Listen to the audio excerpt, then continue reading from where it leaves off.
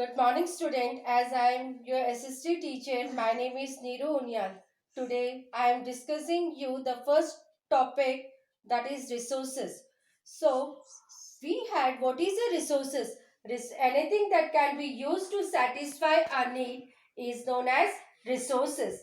Water, electricity, rickshaw, vegetable, and textbook having some in common. They have all been used by you, so they have utility. Utility and accessibility, it is what makes an object a substance as resource. So value, it is the use of utility gives its a value. All resources have some value. Value means worth. Some resources have economic value, some do not. For example, metal have and economic value. A beautiful landscape may not, but both are important to satisfy human needs. So, we had three types of resources. What are the three types of resources? Natural resources, human-made resources, and human resources. So, what is the natural resources? Natural resources, it is nothing but resources that are drawn from nature and used without much modification are called natural resources.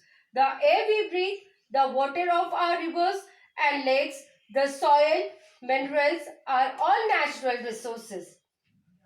So again, natural resources are again divided into two types, that are actual resources and potential resources. So what do you mean by actual resources? Actual resources are those resources whose quantity is known. These resources are being used in the present. The rich deposit of coal in Germany and petrol in the West Asia. Potential resources are those whose entire quantity may not be known as they are not being used at present. These resources can be used in future. The uranium found in Ladakh is the example of potential resources. Now, based on their origin, again, the resources are of two types, abiotic resources and biotic resources. Abiotic resources are non-living organisms, and whereas biotic resources are living organisms. Soil, rocks and minerals are abiotic resources, but plants and animals are biotic resources. Again, natural resources can be broadly divided into two: renewable resources and non-renewable resources. Renewable resources are those which can be renewed or replaced quickly. Some of these are unlimited and are not affected by human activities, such as solar and wind energy.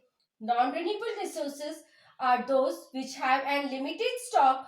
Once the rock is executed, it may take thousands of years to be renewed or replaced.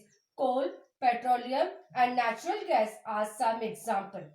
Resources are found everywhere, like the air we breathe, but those which are found only in certain places are localized, like copper and iron. Now we are discussing as human-made resources.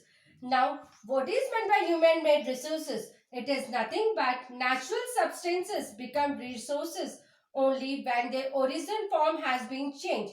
Iron ore was not a resource until people learned to extract iron from it.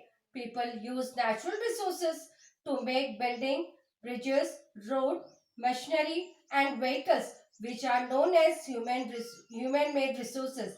Technology is also a human-made resources. Our next topic is point is human resources.